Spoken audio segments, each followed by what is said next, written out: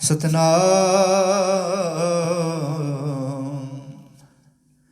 श्री वाहिगुरु साहिब जीओ।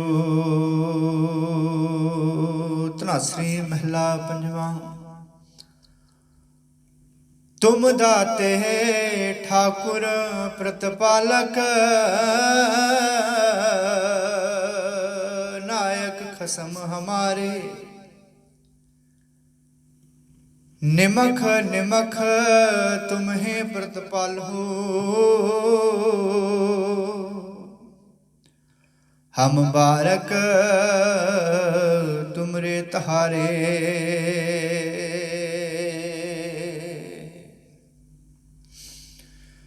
तुम दाते ठाकुर प्रतिपालक, नायक खसम हमारे।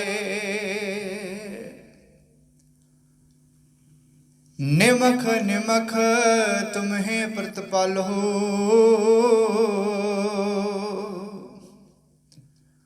हम बारक तुमरे तहारे।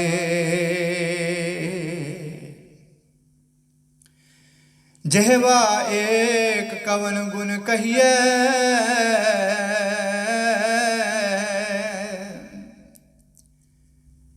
बेशुमार बेअंत स्वामी।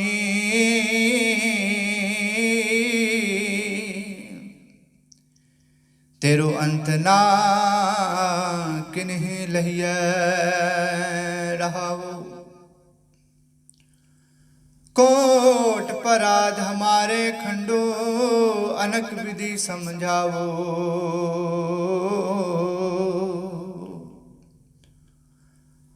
हम अज्ञान अलप मत थोरी,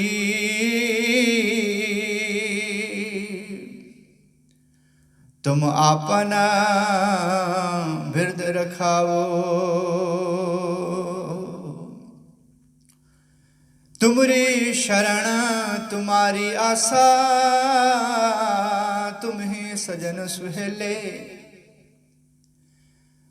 राखो राखन हार दयाला, नानक कर के गोले। तुमरी शरण तुम्हारी आशा, तुम्हें सजन सुहेले। राखो राखन हार दयाला, नानक कर के गोले। वाहिगुरु जी का खालसा, वाहिगुरु जी की फतेह। गुरु प्यारी साध संगत जीओ, साहिब श्री गुरु अर्जन देव जी महाराज राग धनासरी दे विच फरमान करते ने, उस पारब्रह्म परमात्मा की सिफत सलाह। जिन्हां ने उस पारब्रह्म परमात्मा का हमेशा शुकराना किया, वो हमेशा आनंदमयी जिंदगी व्यतीत करते हैं। जेड़े मनुख हमेशा ना खुश होंदे ने, ना शुक्रे होंदे ने, अगर अपने दुखड़े हमेशा गांदे रहंदे ने, तां उन्हां मनुखां नूं कदे कोई सुखी भी नहीं कर सकता। तां सतगुरु जी उस पारब्रह्म परमात्मा दी सिफत सलाह, उस पारब्रह्म परमात्मा दा शुकराना करन दा सानूं तरीका दस रहे ने। तुम दाते ठाकुर प्रतिपालक, नायक खसम हमारे। सतगुरु जी फरमान कर रहे हैं, पारब्रह्म परमात्मा जी तुसी सानू सारियां नू दाता देण वाले हो, ठाकुर हो, तुसी साडे मालक हो, प्रतिपालक, तुसी सारियां दी प्रतिपालना करदे हो, तुसी नायक हो, तुसी साडे जीवन अगवाई करदे हो, ਖਸਮ ਹਮਾਰੇ, ਤੁਸੀਂ ਸਾਡੇ ਖਸਮ ਹੋ। निमख निमख तुम्हें प्रतिपालो, हम बारक तुमरे तारे। तुसी निमख निमख दे नाल, खिन मात्र समय दे नाल तुसी साडी प्रतिपालना करते हो। हर एक साह दे नाल तुसी साडी प्रतिपालना करते हो। हम बारक तुमरे तारे। हे पार ब्रह्म परमात्मा जी, असी जिन्ने भी बच्चे हैं, हे पार ब्रह्म परमात्मा जी तेरी शरण दे विच आए हैं। जहवा एक कवन गुण कहिए, हे पार ब्रह्म परमात्मा जी साडी रसना एक है, साडी जीवा एक है। इस एक जीव दे नाल तेरे गुण बेअंत ने, वो बयान नहीं किए जा सकते। जहवा एक कवन गुण कहिए, अनेका गुण ने पार ब्रह्म परमात्मा जी तुहाडे। बेशुमार बेअंत स्वामी, तेरो अंत ना किन्ही लइए रहाओ। हे पार ब्रह्म परमात्मा जी, तुसी बेशुमार हो, तुसी अनगिणत गुणां दे दाते हो, तुसी बेअंत हो। हे पार ब्रह्म परमात्मा जी, हजे तक तुहाडा किसी ने अंत नहीं पाया।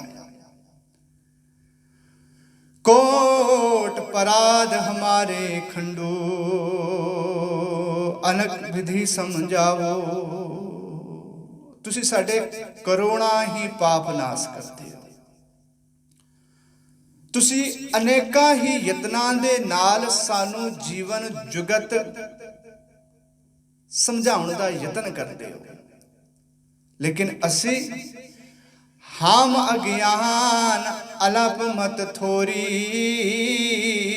तुम आपन बिरद रखावो। है पार ब्रह्म परमात्मा जी, असी अज्ञानी हाँ,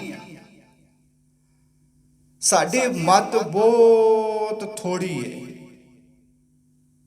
आपां जीवन जांच तो, जीवन जुगत जांच तो सतगुरु जी सखने हैं, लेकिन तुम आपन बिरद रखाओ। तुसी बख्शिश करो, तुसी रहमत कर दे हो, तुसी अनेका ही प्रकार दे नाल यतन करते हो कि किदां ना किदां इस मनुख नूं आनंद जिंदगी दे विच प्राप्त होवे।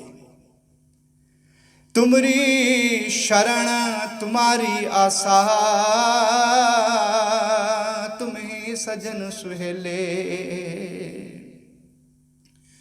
हे पार ब्रह्म परमात्मा जी, मैं तेरी शरण दे विच आया हां अते मैनूं केवल तां केवल होर किसी दी आस नहीं, अते तुसी मेरे सब तो चंगे मित्र हो, सुखदाई मित्र हो।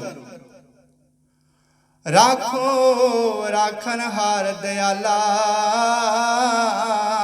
नानक करके गोले। हे पार ब्रह्म परमात्मा जी, नानक तेरे घर दा गोला है, नानक तेरे घर दा चाकर है। तुसी बख्शिश करो, रहमत करो, कहते इस गोले नूं रख लो। तां प्यारिओ, आपां भी सारे अरदास करिए उस पार ब्रह्म परमात्मा दे मोहरे, उस पार ब्रह्म परमात्मा दा शुकर करिए, उस दे गुणां नूं गाइए। जेड़े मनुख उस पार ब्रह्म परमात्मा की सिफत सलाह करते करते उस पार ब्रह्म परमात्मा तक पहुँच जाते हैं। हमेशा अरदास बेनती करिए, है पार ब्रह्म परमात्मा जी, हमेशा आपां तेरी शरण दे विच रहिए, आपां तेरे बन के रहिए। जिस दिन आपां उस पार ब्रह्म परमात्मा दे बन के रवांगे, पार ब्रह्म परमात्मा साडा हो जाएगा। देखो, पार ब्रह्म परमात्मा की सिफत सलाह करन दे नाल ना पार ब्रह्म परमात्मा वड्डा हुंदा है ना छोटा हुंदा है। ना परब्रह्म परमात्मा वड्डा हुंदा है, ना परब्रह्म परमात्मा छोटा हुंदा है। लेकिन है मनुख, अगर तू उस परब्रह्म परमात्मा दी सिफत सलाह करे, तो उस परब्रह्म परमात्मा दे गुणां दा अगर तू धारनी होवे तां तू वड्डा जरूर हो जाएगा। सतगुरु जी कृपा करन, बख्शिश करन, आपां गुरु की मत लेके उस पार ब्रह्म परमात्मा का नाम जप के, उस पार ब्रह्म परमात्मा का शुकराना करके आपो अपना लोक अते परलोक सुहला करिए। जरूर आपां सहज पाठ दे नाल जुड़ना करिए। असल साहिबां दे जिहड़े दर्शन हन वो एक अंग तो लेके 1430 अंग तक हैं।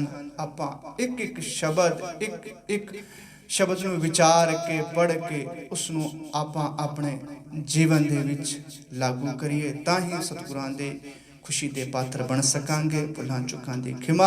वाहिगुरू जी का खालसा, वाहिगुरू जी की फतेह।